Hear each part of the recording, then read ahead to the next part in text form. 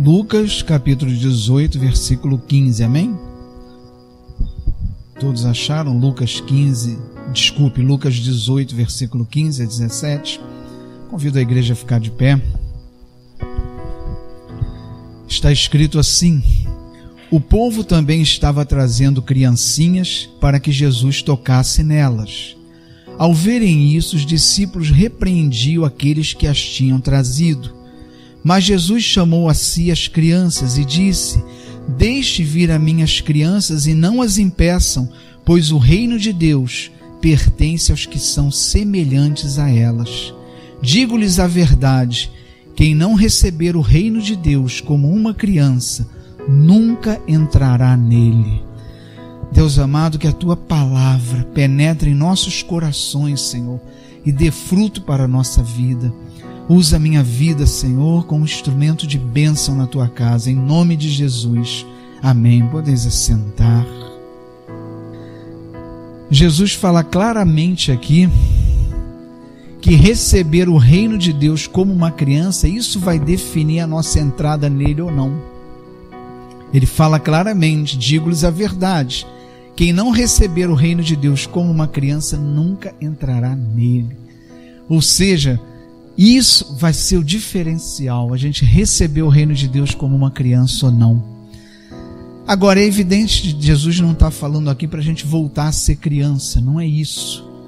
O que Jesus está falando aqui é que existem muitas qualidades da nossa infância que se perderam pelo tempo. A gente vai crescendo, vai amadurecendo, as responsabilidades da nossa vida vão nos transformando, os desafios da nossa vida vão nos transformando e vai ficando no passado e no tempo tantas qualidades maravilhosas que a gente tinha quando era criança e elas vão se perdendo. E o que Jesus está falando aqui é que diante do reino de Deus, a gente tem que manifestar essas qualidades que uma criança manifesta. E olhar para o reino de Deus como uma criança implica em alguns pontos que a gente quer justamente trazer essa manhã. O primeiro ponto é que a criança é dependente dos pais. Ele depende totalmente dos cuidados dos pais. Interessante quando a gente ministra para casais que a gente sempre fala isso: olha, nunca discuta na frente dos filhos. Por que isso? Sobretudo a criança muito pequena, ela depende da segurança do lar dela, porque ela tem plena consciência da dependência dela. Ainda que a criança não tenha o entendimento de um adulto, ela tem plena consciência do quanto ela é dependente dos pais e da casa dela. Quando ela vê o pai ou a mãe brigando, aquela estrutura, a segurança dela, ela vê desmoronando.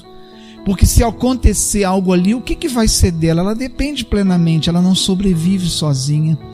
Então isso gera uma insegurança muito grande na criança. E justamente esse é um ponto que Deus nos chama a resgatar diante do reino de Deus, essa dependência. Lá em João capítulo 15, versículo 5, Jesus diz assim: eu sou a videira, vocês são os ramos. Se alguém permanecer em mim e eu nele, esse dará muito fruto. Ou seja, o nosso trabalho vai frutificar na casa de Deus.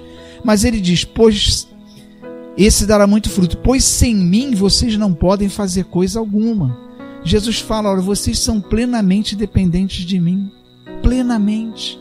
Ele poderia dizer: olha, sem mim vocês vão fazer muito pouco, mas ele não está dizendo isso, ele está dizendo: sem mim vocês nada podem fazer. Ou seja, a dependência de Jesus, ela é plena. Nossa dependência de Deus, ela é plena, e nós precisamos resgatar essa dependência diante de Deus. Por quê? À medida que a gente vai crescendo, à medida que a gente vai construindo a nossa vida, muitas vezes a gente começa a acreditar demais em nós mesmos. A gente começa a achar que eu é que resolvo, eu é que faço, e às vezes Deus fica numa prateleira para aqueles momentos em que realmente eu não posso fazer nada, ou já tentei tudo que eu podia fazer e não teve jeito, então aí eu vou apelar para Deus. Mas primeiro quem tem que resolver sou eu. Mas Jesus está dizendo: não, a dependência é plenamente de Deus. E é algo que a gente vê dentro da igreja, pessoas falando assim: olha, já tentei de tudo, agora só, a única coisa que vai resolver é a oração, agora só orando mesmo. Mas a oração não é a última coisa a fazer, é a primeira. Antes de você tentar qualquer coisa, você tem que orar. Uma vida de alguém dependente a Deus vai primeiro a Deus antes de fazer qualquer coisa, até porque é Deus quem tem que nos dizer o que nós temos que fazer. Mas a gente vê uma contramão disso. As pessoas, olha, já tentei de tudo, agora só orando mesmo. Quer dizer, depende de você. Se eu não conseguir, aí sim, aciona Deus. Como a gente vê aqueles filmes de super-herói que todo mundo tenta resolver, quando não tem jeito, chama lá o super-herói, que aí ele vai vir e resolver. Mas a gente precisa ser plenamente dependente de Deus, plenamente dependente, porque na verdade nós o somos. Ser dependente de Deus não é uma atitude desnecessária, mas que eu resolvo tomar porque Deus está pedindo, não. Pelo contrário, nós somos verdadeiramente dependentes de Deus, não só para fazer a obra de Deus, como na nossa vida secular a gente depende plenamente de Deus. Aquele homem arrogante que acorda de manhã achando que ele é o Senhor do seu dia, ele esquece que para ele acordar, Deus teve pela palavra dele determinar que ele acordasse. O dia amanheceu porque Deus pela palavra dele assim determinou. Todo homem é dependente. Se a gente parar para pensar, eu posso ser rico, ter todo o dinheiro do mundo, achar que eu posso ter tudo, mas se eu não tiver pessoas ao meu redor para que eu determine fazer algo, o que vai ser de mim? Se o lixeiro não passar na sua porta todo dia, o que vai ser? Você pode ter um palacete, mas o que vai ser de você se não passar um lixeiro todo dia? Se não tiver alguém para limpar a sua casa? Se não tiver funcionário na empresa? Então a gente não se dá conta que a gente é dependente demais. Somos dependentes o tempo todo.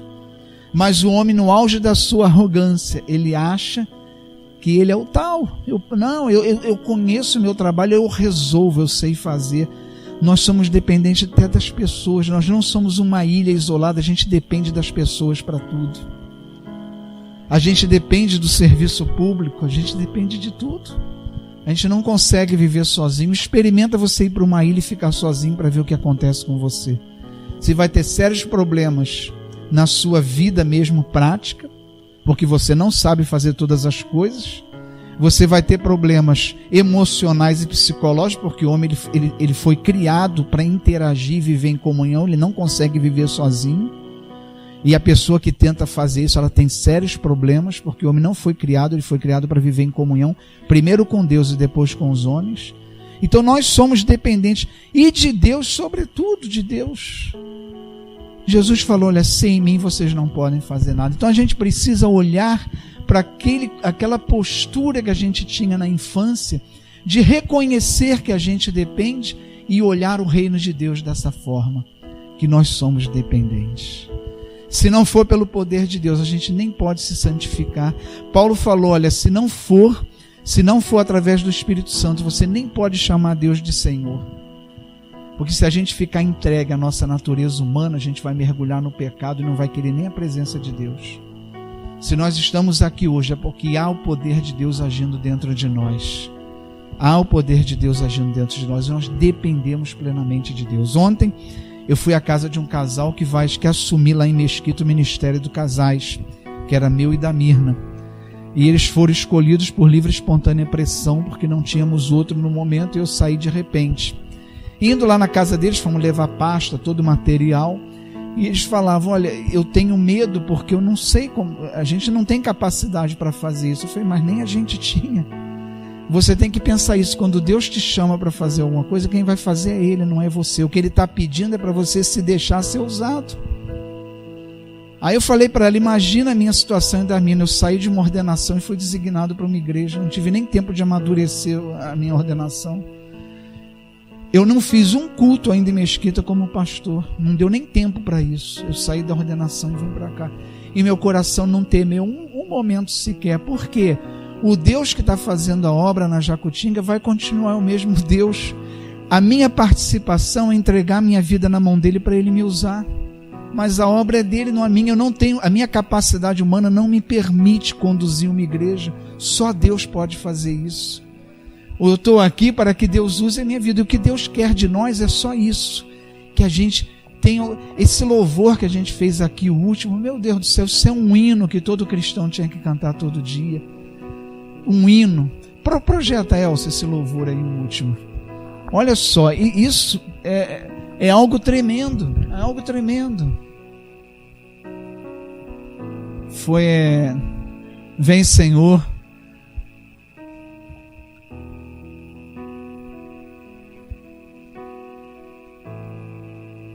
Gente, eu estava meditando esse louvor, olha só, vem o Senhor minha vida oferecer como oferta de amor. Você entrar diante de Deus oferecendo a sua vida, não para entrar aqui porque eu quero algo de Deus, mas entrar aqui para oferecer a sua vida. E sacrifício, oferecer como oferta de amor e sacrifício. Amado, ser cristão é se sacrificar. Jesus nunca disse que vida de cristão é só vitória, não. Pelo contrário, ele disse, olha, quem quiser vir após mim, renuncia-se a si mesmo, que já não é fácil. Nós, para estarmos aqui essa manhã, estamos renunciando a nós mesmos. Aquela cama estava uma delícia, não estava? A gente renunciou para estar aqui. E renuncia a muitas outras coisas, né? Quero minha vida a ti entregar como oferta viva em teu altar. Gente, pelo amor de Deus, passa aí. Pois para te adorar foi que eu nasci. Foi para isso Deus criou o homem, para viver em comunhão com ele, servi-lo e adorá-lo. Cumpre em mim o teu querer, faz o que está em teu coração. Ou seja, não é o que eu quero fazer, mas é o que Deus quer fazer em mim. Isso é dependência de Deus, Senhor. É que Paulo falou, o apóstolo Paulo falou, olha, já não sou eu que vivo, mas é Deus que vive em mim. Ou seja, tudo o que eu faço é o que Deus quer fazer, não é mais o que eu quero. Eu me anulei para que Deus faça o que Ele quiser comigo. Paulo falou, já não sou eu que vivo, mas é Cristo que vive em mim. Ou seja, tudo que eu faço é Deus que está fazendo, não sou mais eu renuncio a mim mesmo. É o que a gente está falando, faz o teu, cumpre em mim o teu querer, faz o que está em teu coração, no coração de Deus e não no nosso, e que a cada dia eu venha mais e mais estar ao teu lado, Senhor. Glória a Deus, obrigado, Elcio. Glória a Deus por isso, depender de Deus, saber que a gente está entrando aqui porque a gente precisa. Às vezes as pessoas falam, não, eu orei, o irmão aceitou Jesus. Eu não gosto dessa palavra aceitar, a gente aceita algo que não é bom. Fala, não, eu aceitei, mas ninguém usa a palavra aceitar para algo que é maravilhoso. Quando é maravilhoso a pessoa, puxa vida, eu recebi isso. Quando você fala aceitar, o troço já não é muito bom. Então eu não gosto muito dessa palavra, eu prefiro falar que ele recebeu Jesus como Salvador e Senhor da sua vida. Então nós estamos aqui, nós não viemos à igreja fazendo um favor a Deus. Não, Deus tem que me abençoar porque eu fui lá na igreja, eu estou indo. E as pessoas às vezes fazem isso. Não, eu vou à igreja como o mérito de ir à igreja tornar-se Deus um devedor. Gente, nós vamos à igreja porque a gente precisa de Deus. A gente precisa estar na comunhão dos santos, nós somos dependentes disso e precisamos resgatar isso para a nossa vida, assim como éramos quando éramos crianças. Um segundo aspecto da criança que nós precisamos resgatar, a criança não guarda rancor. Você já viu a criança estar brigando ali, daqui a pouco está brincando. E às vezes os pais vão tomar as dores, no fim os pais que ficam maus e eles estão brincando lá. Eu lembro que uma vez eu era pequeno, tive um problema lá com meu vizinho, e aquela época que vizinhos eram como famílias, né? Isso se perdeu no tempo. E meus vizinhos eram como se fosse nossa família, ao ponto da gente passar o Ano Novo junto, Natal, era um laço muito grande. E eu lembro que um dia houve um problema entre nós, meu pai foi lá falar com o seu João, né? Ele falou, Manel, olha só, não vamos brigar por causa disso, porque daqui a pouco eles estão brincando, e a gente que vai ficar aborrecido. Olha a sabedoria que ele teve, e realmente assim, a criança, ela está brigando aqui, agora estou de mal, não falo com você, daqui a meia hora está brincando. Por quê? A criança, ela não guarda rancor. O problema é que a gente vai crescendo e vai deixando isso de lado, e a gente começa a guardar rancores. Não, fulano me melindrou, mais melindrado, mais agredido, atacado do que foi Jesus. E o que ele disse lá na cruz? Pai, perdoa eles porque eles não sabem o que estão fazendo. Quem de nós faria uma coisa dessa? Nós guardamos rancores. E é tão difícil para nós perdoar e pedir perdão por causa disso. Que a gente fala, não, eu queria perdoar a pessoa, mas o problema é que eu não esqueci e eu ainda estou sentindo no meu coração. Primeiro, você vai perdoar e tu não vai ter uma amnésia porque perdoou. Isso não existe. A não ser que você tenha uma amnésia, você vai esquecer. Do contrário, você vai lembrar a tua vida toda. E o perdão é uma decisão. Eu tenho que decidir perdoar, porque quando eu faço isso, Deus vai ministrar o meu coração, vai curar aquela dor e vai fazer com que a lembrança seja apenas um registro, não machuque mais. Então o perdão, antes de qualquer coisa, ele é uma decisão. Ainda que o meu coração ainda esteja magoado, ainda que eu não tenha esquecido, Deus manda perdoar. Perdoar até antes da pessoa pedir perdão, você liberar o perdão. Por quê? A falta de perdão só faz mal a nós mesmos. Não vai fazer mal a pessoa que não foi perdoada, não, é a nós. Pedir perdão, eu fiz uma pregação aqui sobre isso, sobre pedir perdão, que é tão importante quanto dar o perdão. A gente tem tanta dificuldade de fazer isso, de pedir perdão, e a gente guarda rancores. Esses rancores vão tornando o nosso coração amargo. Tem pessoas aí que são extremamente amargas, pessoas difíceis, aí você vai ver quanta falta de perdão na vida dela. E quando você não perdoa, você não cura, e aquelas coisas ficam no teu coração, e tudo aquilo que não é perdoado vai se transformando em amargura, vai te tornando uma pessoa amarga. E Jesus fala, olha, para entrar no reino de Deus, você tem que receber o reino de Deus também nesse aspecto, como uma criança, você não guardar rancor no seu coração. Ser uma pessoa capaz de pedir perdão e de perdoar. Tanto que Jesus diz a Pedro, olha, eu não te digo perdoar 7 vezes, mas 70 vezes 7, ou seja, quantas vezes a pessoa manifestar arrependimento que você perdoe. E ele diz ainda, se você trouxe a sua oferta ao altar, mas um irmão tem algo contra você, deixa a sua oferta aí, não entrega não. Vai lá, se reconcilia com ele e volta para entregar a tua oferta. Jesus falando do dar e pedir perdão como é fundamental. E quando ele pede isso à igreja, na verdade o que ele está pedindo é um coração que não guarde rancor. A gente voltar a ter esse coração de criança, que não guarda o rancor das pessoas. Percebam, irmãos, que lá em Efésios, Paulo escreve os Efésios no capítulo 4, versículo 26 e 27, ele diz, quando vocês ficarem irados, não pequem, apaziguem a sua ira antes que o sol se ponha e não deem lugar ao diabo. Irmãos, olha só, ficar irado, isso é da natureza humana. Me aconteceu algo, a minha reação, eu fico com raiva. Isso você não tem controle, é da reação humana. Mas o que Paulo está dizendo ali é o que você vai fazer com isso. Essa é a questão. Ele falou, olha, no momento aconteceu algo, você ficou irado, é da natureza humana, gente. A gente não tem que se crucificar porque é um sentimento humano. Agora, o que Paulo está falando? Não mantenha isso a ponto de chegar a um pecado. Você se irou, apazigua a tua ira, ora, se reconcilia, não deixa o sol se pôr com você irado. Ficar com raiva, às vezes se irar com algo, é algo inerente à natureza humana, é uma reação humana. Até aí tudo bem, agora a gente não pode usar isso para pecar. Né? A gente tem que o quê? Ter um domínio próprio sobre isso. Vai acontecer? Vai sim. Vai acontecer porque nós somos humanos. Mas a gente, o que a palavra diz? Olha, apazigue a ira de vocês antes que o sol se ponha. Ou seja, não fica alimentando isso. Um momento ali, algo aconteceu, você ficou com raiva. Isso é da natureza humana. Até aí, você não pecou. Agora a questão é que isso não se torne um pecado, que você não deixe isso permanecer. A reação veio, que você apazigue, e ele diz, antes que o sol se ponha, ou seja, não fica alimentando isso, para que isso não venha a fazer você pecar. Amém? Não deem lugar ao diabo. O diabo usa isso tremendamente. Aquelas coisas que nos irritam, que nos tira do sério, é aquilo que o demônio usa para nesse momento a gente agredir as pessoas com palavras, para nesse momento a gente destratar as pessoas, meter os pés pelas mãos. O diabo usa esse momento porque quando a gente está irado, a gente fica vulnerável. A gente fica vulnerável. E o demônio usa isso. E Paulo diz, olha, apazigua a ira. Não deixe o sol se pôr sobre ela, não, para que o diabo não aproveite isso. Uma outra característica, né, que nós deixamos se perder no tempo, a criança olha para a vida com pureza, ela não olha nada com malícia. Gente, isso a gente perde no tempo, né? A gente vai lidando com tantas coisas que a gente vai se tornando malicioso. Não só a malícia, às vezes, no olhar algo, mas a malícia diante dos relacionamentos. A gente muitas vezes perde a pureza.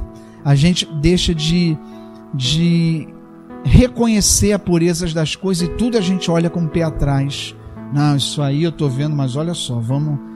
A gente tem sempre aquele olhar de malícia, que às vezes é necessário sim, mas tem vezes que não. A gente tem que ter a malícia diante das coisas para que a gente não seja enrolado, não seja feito de bobo. E o cristão não é chamado a ser feito de bobo, ou seja, tapete para os outros, não é isso.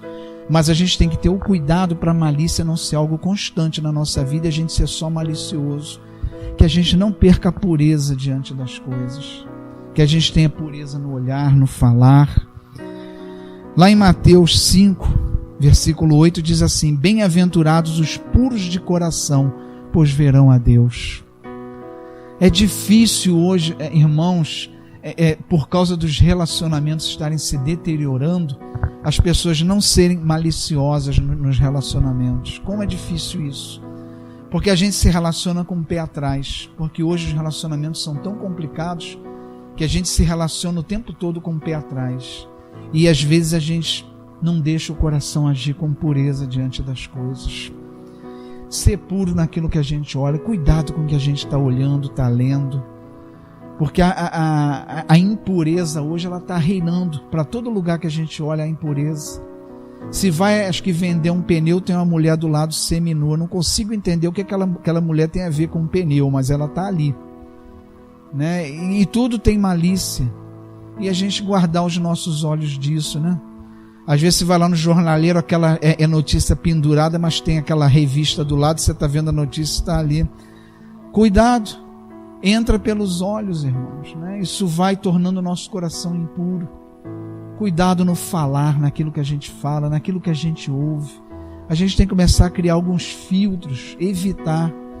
Porque a gente fala, não, eu ouvi aquilo, mas não me disse nada, eu sou cristão, mas você ouviu, de alguma forma já entrou no seu coração impureza. E o problema, irmãos, é que a gente está cercado de impureza por onde a gente anda. Hoje há um apelo muito grande em todas as coisas, há um apelo muito grande na maneira de se vestir, naquilo que se fala, sobretudo na mídia, nem se fala, a mídia é uma apelação visual tremenda, uma apelação visual. Vocês não têm ideia dos profissionais competentes que estão por trás de propagandas de televisão. Tudo tem um profissional sabendo. Você está vendo uma propaganda ali sem malícia nenhuma, mas eles estão trabalhando na sua mente com ela sem você perceber. Eu estive lendo uma revista há pouco tempo falando disso, que até os desenhos que passam na propaganda, eles estão conduzindo a tua mente para onde eles querem. E você nem se dá conta disso. Você entra num supermercado, por que a padaria é sempre lá no fundo? Porque a padaria com certeza é o lugar que todo mundo vai. E por que é no fundo? Porque você vai passar por todas as mercadorias e vai comprar aquilo que você nem estava pensando em comprar. Por que alguns estabelecimentos, em plena época de internet, você tem que ir lá na loja para pegar o boleto e pagar lá na loja? Porque ele sabe que você indo lá, você não vai resistir a andar na loja e vai comprar alguma coisa. Se você pegar o boleto em casa, você não vai comprar nada. Existe em tudo, existe um apelo que a gente tem que estar esperto, mas a gente não pode descuidar e deixar que essas coisas vá tirando a nossa pureza. Que o nosso coração fique tão duro a esse ponto de não ser puro. Deus nos chama e Ele diz, bem-aventurados os puros de coração, porque verão a Deus. Por que verão a Deus os puros de coração? Porque Deus é pureza, não há malícia nenhuma em Deus, não há maldade em Deus, não há impureza nenhuma em Deus. E só pode chegar e ver a Deus aquele que não tem impureza, porque Deus não pode estar diante da impureza. Então, que a gente cuide desse item da nossa vida cristã, fundamental, que é a pureza. Guarde o nosso olhar, guarde o nosso falar. Ah, eu fiquei irado, aí xinguei. Ficar irado não justifica você xingar. Então é uma coisa que você tem que começar a trabalhar dentro de você. Pedir a Deus e Deus faz. Quando a gente pede essas coisas a Deus, pô, Deus age tremendamente. Se há algo que agrada a Deus é quando a gente pede alguma coisa a Deus que tem a ver com a gente se aperfeiçoar e se santificar. Pô, Deus age tremendamente. Eu posso dizer isso, que Ele já agiu na minha vida tremendamente. Então essas coisas a gente pede, Senhor, me dá pureza. E me ensina a fugir das situações que estão tornando meu coração impuro. A fugir dessas coisas. Um outro ponto fundamental também que nós deixamos para trás. A criança, ela deseja ardentemente estar perto dos seus amigos e parentes. Ela dá um valor extraordinário à presença. Né? Hoje, infelizmente, isso está se perdendo um pouco, porque as crianças e adolescentes estão mergulhando no mundo virtual. E há um engano muito grande nisso. Não, hoje nós vivemos a era do relacionamento por causa da internet. Não há relacionamento em internet. Há muita comunicação, mas relacionamento não tem. Não se iluda com isso. Não há nenhum relacionamento na internet. O que há ali é uma comunicação, muita comunicação. Porque o relacionamento é algo muito rico. Você olhar nos olhos, sentir as emoções do outro, se relacionar. Na internet você não existe aquele conflito diário da minha maneira de ser e do outro que vai nos fazendo crescer. No relacionamento, quando a criança está ali brincando, ela está se desenvolvendo, aprendendo a ser contrariada, aprendendo a perdoar, aprendendo a lidar com dificuldades, aprendendo a lidar com seus limites. Tudo isso é no relacionamento. Quando ela vai para a internet, ela está se comunicando muito bem, mas ela não está tendo esse relacionamento fundamental. Mas a criança, ela gosta de se relacionar, muito. E a gente foi deixando perder isso. Hoje a gente se contenta, às vezes, em ver um familiar uma vez por ano, 2. A gente se contenta em falar por telefone com pessoas. E às vezes até na igreja a gente se contenta em ir lá no culto. Eu vi o irmão lá, deitei logo, mas as pessoas hoje não têm se importado muito com relacionamento. E isso é fundamental.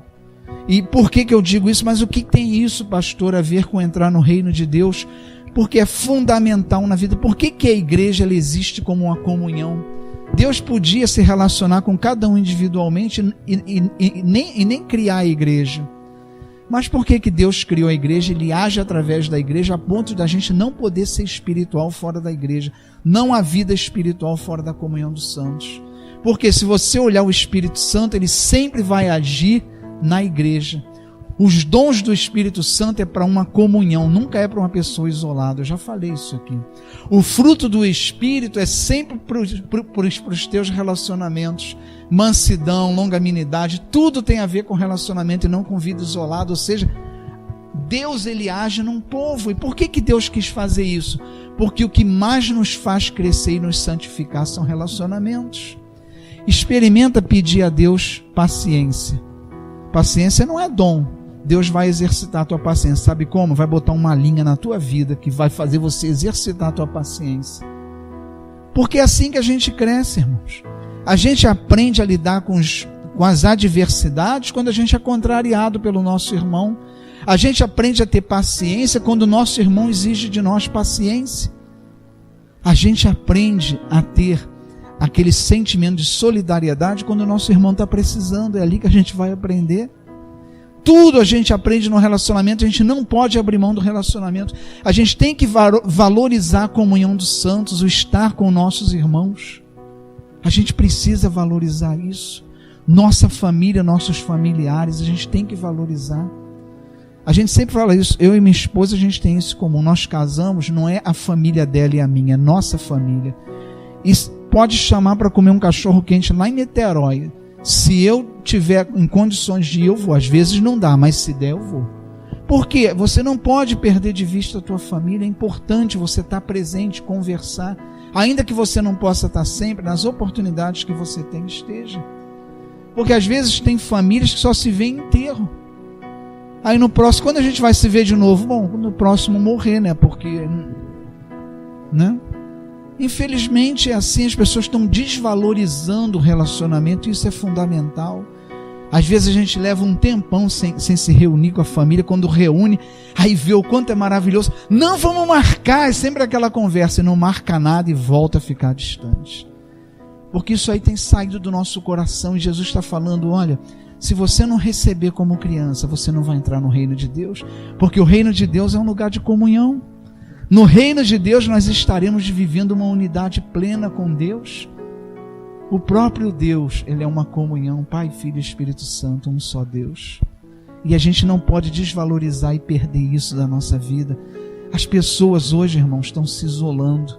A gente vive hoje um quadro desastroso de depressão, que hoje a medicina já reconhece como uma doença, porque até pouco tempo atrás era palhaçada, isso aí tem nada a ver, mas hoje já se reconhece como uma doença, e que ela vem por causa disso, pessoas que estão se fechando em si mesmas e estão entrando em depressão, porque a gente precisa se relacionar.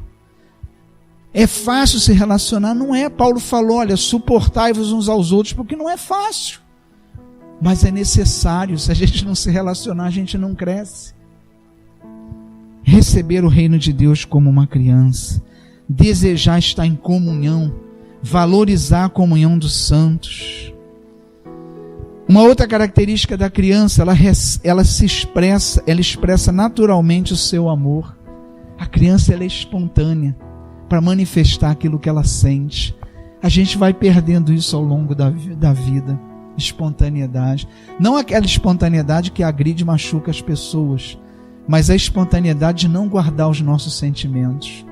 A gente tem tanta facilidade de ser espontâneo para criticar, mas quantas vezes a gente fala para um irmão o quanto ele é importante para a gente, o quanto a gente ama ele? Quantas vezes a gente fala isso? Tão poucas.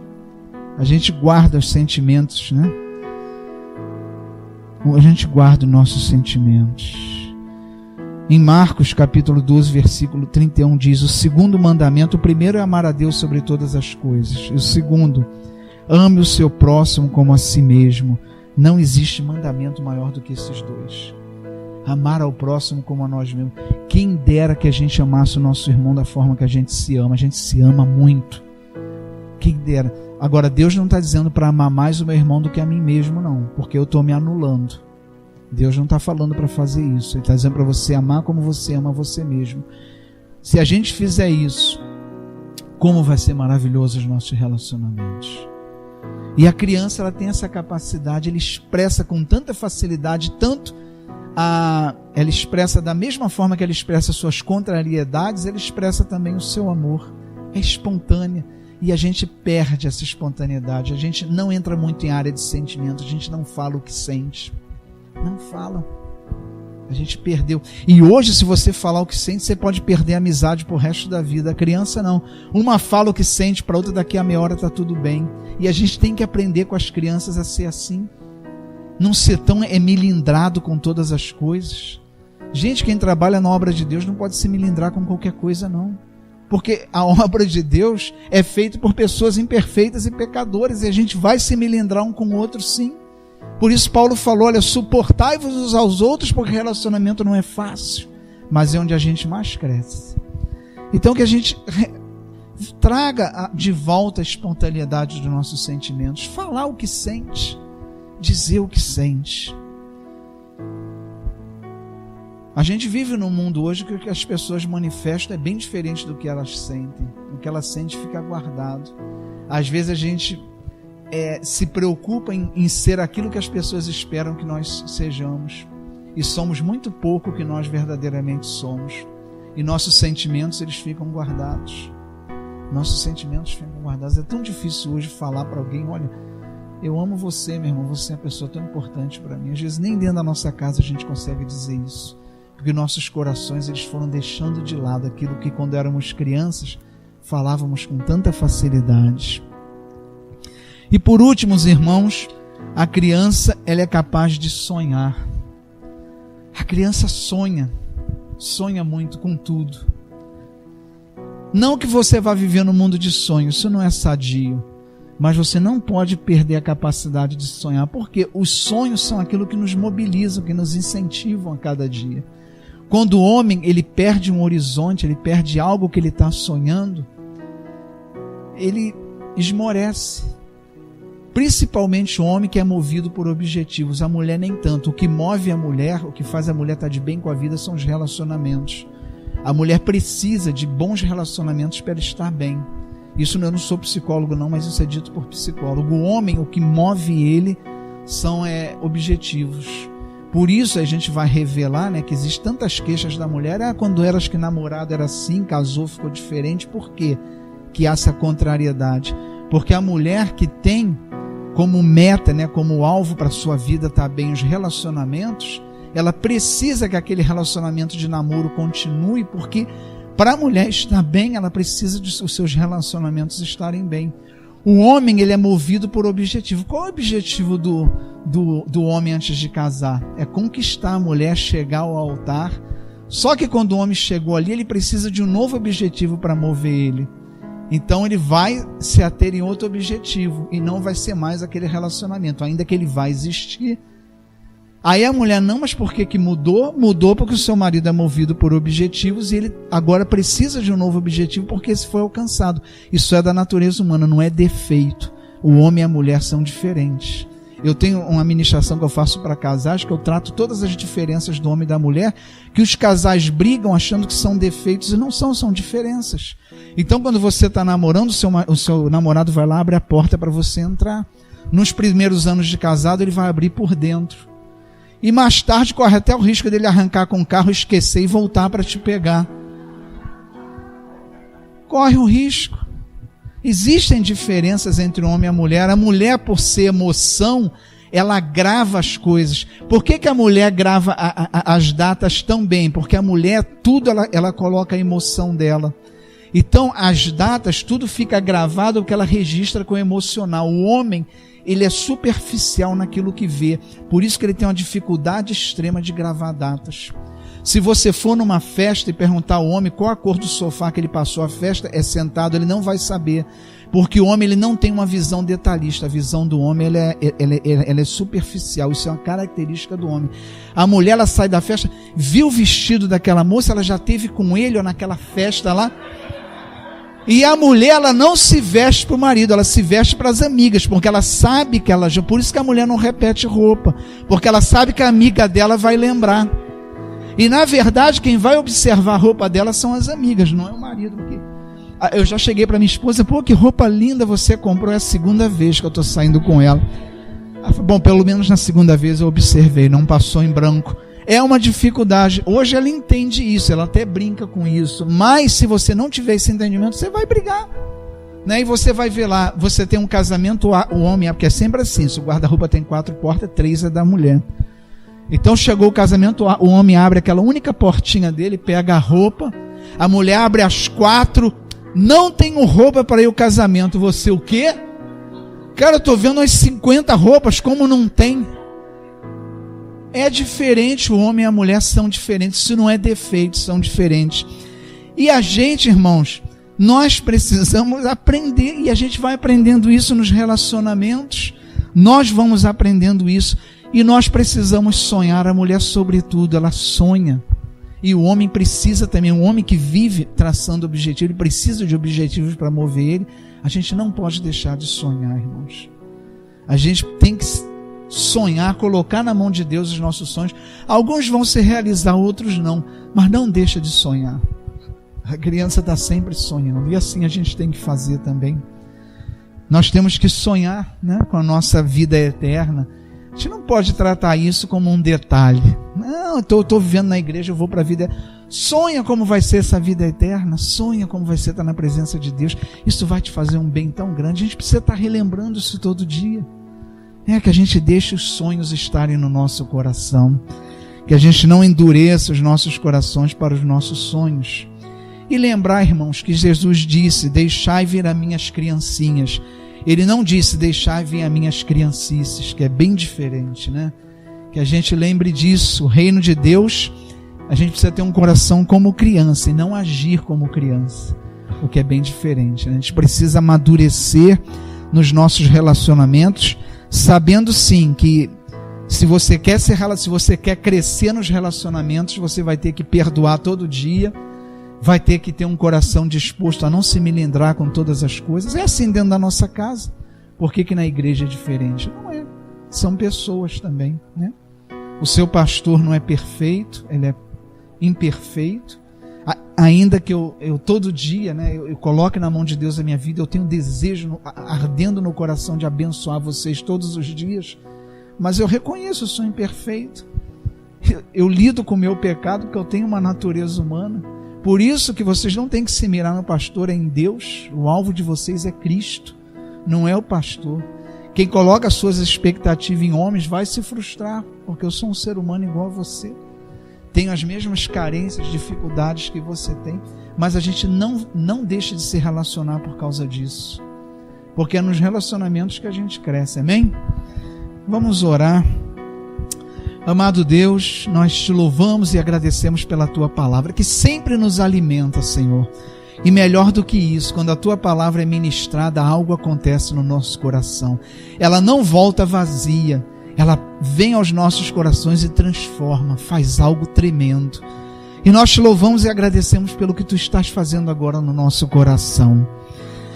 Nós te pedimos, Senhor, que o Senhor nos leve em segurança para os nossos lares, que o Senhor nos dê um domingo abençoado, que o Senhor já esteja preparando o culto da noite em nossos corações, e que o Senhor abençoe essa nossa reunião ali para tomar o nosso café, que seja um momento de alegria, de confraternização, em nome de Jesus. Que o Senhor abençoe a tua vida, e que você abençoe essa vida que está do seu lado aí, amém?